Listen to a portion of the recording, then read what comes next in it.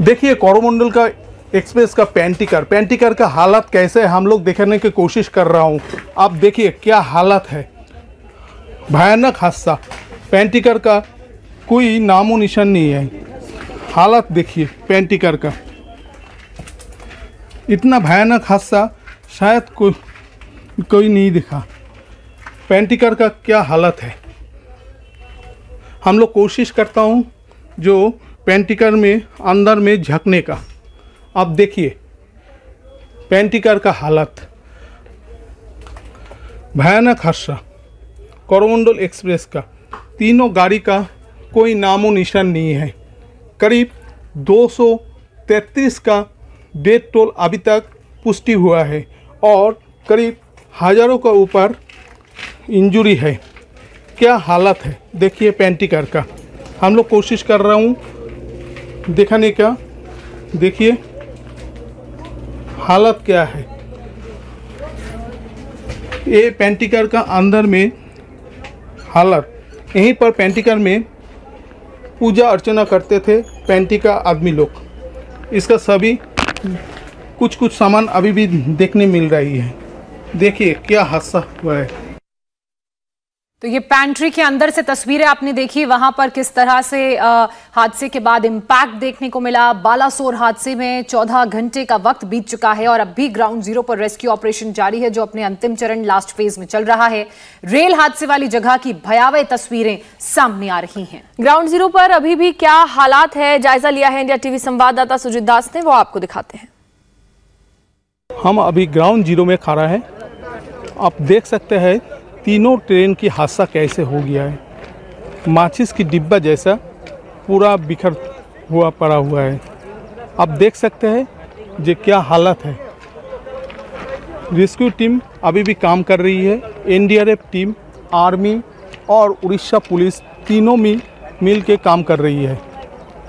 इतना भयानक हादसा शायद कोई देखा नहीं है। तो एनडीआरएफ समेत रेस्क्यू में लगी तमाम एजेंसियां राहत में लगी हुई हैं, तो डेड बॉडी के मिलने का सिलसिला अभी भी थमा नहीं है। इंडिया टीवी संवाददाता सुजीत दास ने उस बोगी की तस्वीर भी हम तक पहुंचाई है जिसका अब तक रेस्क्यू नहीं किया जा सका है। हालांकि राहत और बचाव की टीम लगातार रेस्क्यू ऑपरेशन में जुटी हुई है। सर्च ऑपरेशन भी वहां पर जारी है। रेल कोच के अंदर की तस्वीरें जो सामने आई हैं वो बेहद खौफनाक हैं और हर एक जिंदगी को बचाने और ढूंढने की कोशिश में टीमें जुटी हैं। अब देखिए मेरा पीछे बॉगी का अंदर अभी भी सब भरा हुआ है। मैं अपना आंखों से देख रहा हूँ 3-4 बॉडी कैसे हालत में पड़ा हुआ है। देखने में डर लग रही है। किसी का पैर, किसी में कमर, किसी का हाथ सभी पड़ा हुआ है। मेरा सामने ही 4-5 अभी भी सब यहीं पर पड़ा हुआ है। कितना खतरनाक नज़ारा आप लोग देखिए। एनडीआरएफ का टीम कोशिश कर रही है, आर्मी कोशिश कर रही है इसी को निकलने की। इंडिया टीवी संवाददाता सुजीत दास की आपने रिपोर्ट देखी। सुजीत दास एक ऐसे कोच में पहुंचे जिसमें अब कुछ बचा नहीं है। हादसे के बाद की तस्वीरें बहुत भयावह हैं और ऐसा लग रहा है मानो हादसे वाले इस कोच में शायद ही कोई जिंदा बच पाया होगा। ये तस्वीरें आप देख रहे हैं, ये उस कोच की तस्वीरें हम आपको दिखा रहे हैं जो सबसे ज्यादा क्षतिग्रस्त हुआ है। आपको बता दें कि कोरोमंडल एक्सप्रेस जो डीरेल हुई, बैंगलोर हावड़ा सुपरफास्ट के डब्बों से टकराया, उसको सबसे ज्यादा इंपैक्ट हुआ है, सबसे ज्यादा इंटेंसिटी से वो टकराई। और जो जनरल बोगी के डब्बे हैं वहां पर जो यात्री सवार थे वो सबसे ज्यादा इंपैक्टेड और अफेक्टेड हैं। और ये जो तस्वीरें हमने आपको दिखाई ये उसी जनरल बोगी के डब्बे की हैं और ये जो तस्वीरें हमने आपको दिखाई ये उसी जनरल बोगी के डब्बे की हैं। और इन तस्वीरों को देखकर ऐसा लग रहा था कि शायद ही कोई जिंदगी इसके अंदर बची होगी। बोगी में फंसे शव की तस्वीरें भी हम आपको दिखा रहे हैं। सबसे बड़ी चुनौती यही है कि अब इन लोगों को कैसे बाहर निकाला जाए। जो शव इन बोगियों में फंस गए हैं उनको बाहर निकालना भी एनडीआरएफ के लिए चुनौती। देखिए ट्रेन का हालत, मैं कोशिश कर रहा हूँ बॉगी का अंदर झांकने की। देखिए बॉगी का हालत क्या है। शायद ही किसी को बचने का उम्मीद इधर नहीं है।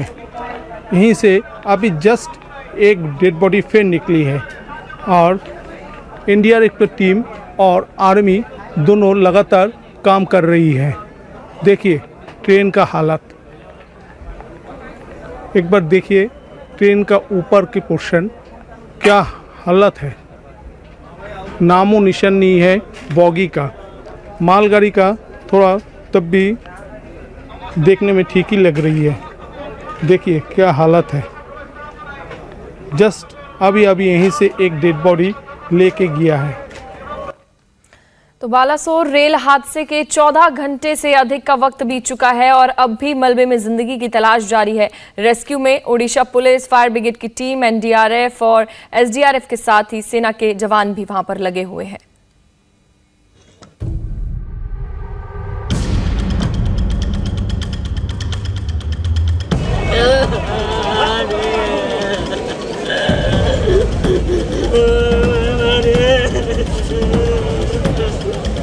मैं कलकत्ता जाने वाला था, हम लोग 7 आदमी आया, मेरे भाई एक चला गया,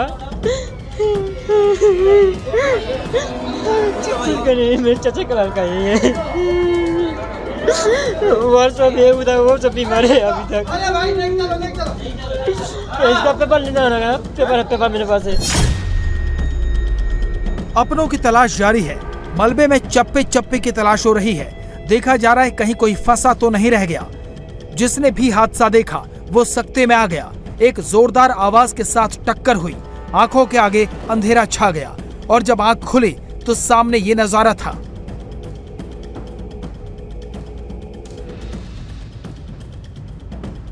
लोहे से बनी बोगियां बुरी तरह टूट चुकी थीं। हर तरफ लोग गिरे पड़े थे। बोगी के टूटे हुए हिस्से गिरे पड़े थे। टक्कर इतनी भीषण थी कि मालगाड़ी के ऊपर ये इंजन चढ़ गया। इस तस्वीर को देखकर आप अंदाजा लगा सकते हैं कि टक्कर कितनी भीषण रही होगी। कितनी रफ्तार से यह इंजन मालगाड़ी के इस डिब्बे से टकराया होगा कि उसके ऊपर ही चढ़ गया। इस बोगी की हालत देखिए, कैसे यह डब्बा ट्रैक पर उल्टा गिरा है। इस डब्बे के आगे का हिस्सा देखिए, आपको अंदाजा मिल जाएगा कि टक्कर कितनी तेज रही होगी। डिब्बे के आगे का हिस्सा चकनाचूर हो गया। ऐसी ही तस्वीरें हर जगह थी।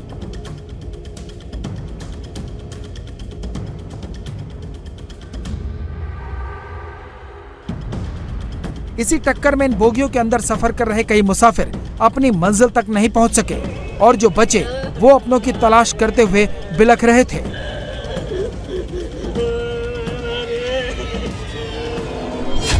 मैं कलकत्ता जाने वाला था, हम लोग 7 आदमी आया, मेरे भाई एक चला गया, मेरे चाचा का लड़का है,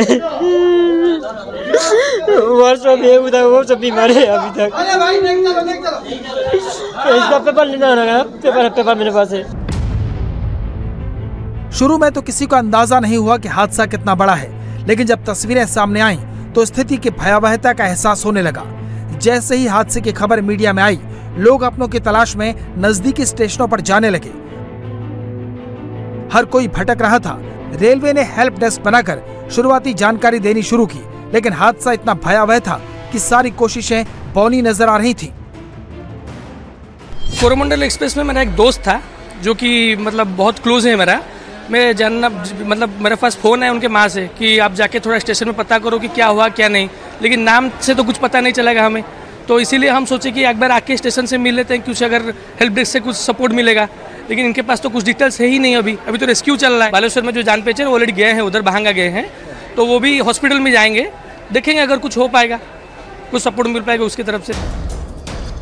रेस्क्यू के लिए सबसे पहले आसपास के गांव के लोग आए। जैसे ही टक्कर की भीषण आवाज सुनी, वो समझ गए कि बड़ा हादसा हो गया है। लिहाजा घायलों की मदद के लिए स्थानीय लोगों ने कोशिश शुरू कर दी। पहले पुलिस पहुंची, उसके साथ साथ फायर ब्रिगेड अपने पूरे लाव लश्कर के साथ पहुंचने लगा। एम्बुलेंस भी आ गई, लेकिन लोगों की तलाश खत्म होने का नाम नहीं ले रही थी। लगभग हमारे डिपार्टमेंट की तरफ से क्योंकि हमारा जो फायर ब्रिगेड का जो ऑफिस है यहाँ वो 3 किलोमीटर की दूरी में है, तो 300 प्लस अभी टोटल शुरू से अभी तक रेस्क्यू कर चुके हैं। हम उसका कुछ बता नहीं पाएंगे क्योंकि हम बचाव कार्य में लगे हुए हैं और जो भी रेस्क्यू कर रहे हैं हम उनको एम्बुलेंस के जरिए हॉस्पिटल को भेज दे रहे हैं। सभी बगियां जितने भी थे सभी को कहीं कोई भी छूट ना जाए उसका बार बार उसको देख रहे हैं। हादसे की खबर बालासोर से पहले कटक और फिर दिल्ली तक पहुंची। प्रधानमंत्री नरेंद्र मोदी फौरन एक्टिव हो गए। रेलवे की पूरी मशीनरी दौड़ पड़ी। खुद रेल मंत्री मौके के लिए रवाना हो गए। ओडिशा के सीएम नवीन पटनायक फौरन कंट्रोल रूम में पहुंचे। हादसे की जानकारी लेनी शुरू कर दी। नजदीकी अस्पतालों को तैयार किया गया।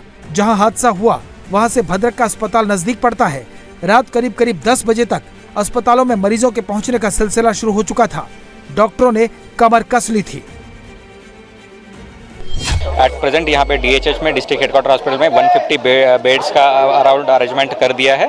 साइमल्टेनियसली अनदर 150 बेड भी डिफरेंट प्राइवेट हॉस्पिटल्स में we are making it ready.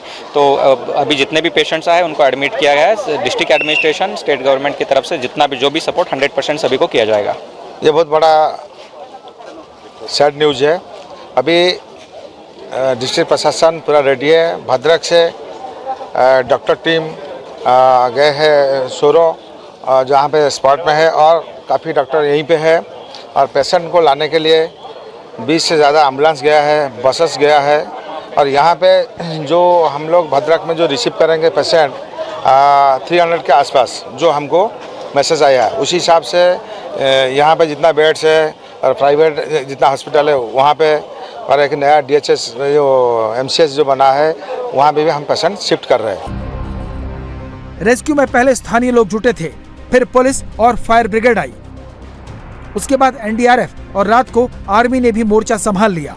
पूरे हालात को दिल्ली से कोऑर्डिनेट किया जा रहा था। पल पल की अपडेट ली जा रही थी। जरूरत पड़ने पर दूसरी रेस्क्यू टीमों को भी तैयार कर लिया गया।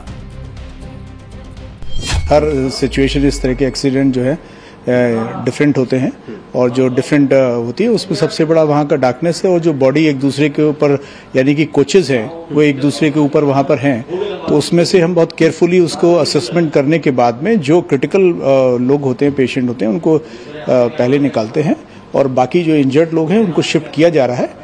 तो हमारा जो है बॉगीज बाइज जो है उसको सर्च करके उसके असेसमेंट के बाद में ऑपरेशन ऑलरेडी ऑन है। हमारी कंपोजिट टीम रहती है, उसमें सारे उसमें कंपोनेंट रहते हैं। उसमें सर्च एंड रेस्क्यू रहते हैं, डिटेक्शन का रहता है, उसमें मेडिकल कंपोनेंट भी है, कैनाइन भी है, इंजीनियर्स भी हैं। ये सब कंपोजिट टीम हमारी होती है। पूरी रात रेस्क्यू ऑपरेशन चला है। हर मुमकिन संसाधन को रेस्क्यू में झोंक दिया गया। इसके बावजूद देर रात तक अस्पतालों में शवों के पहुंचने का सिलसिला जारी था।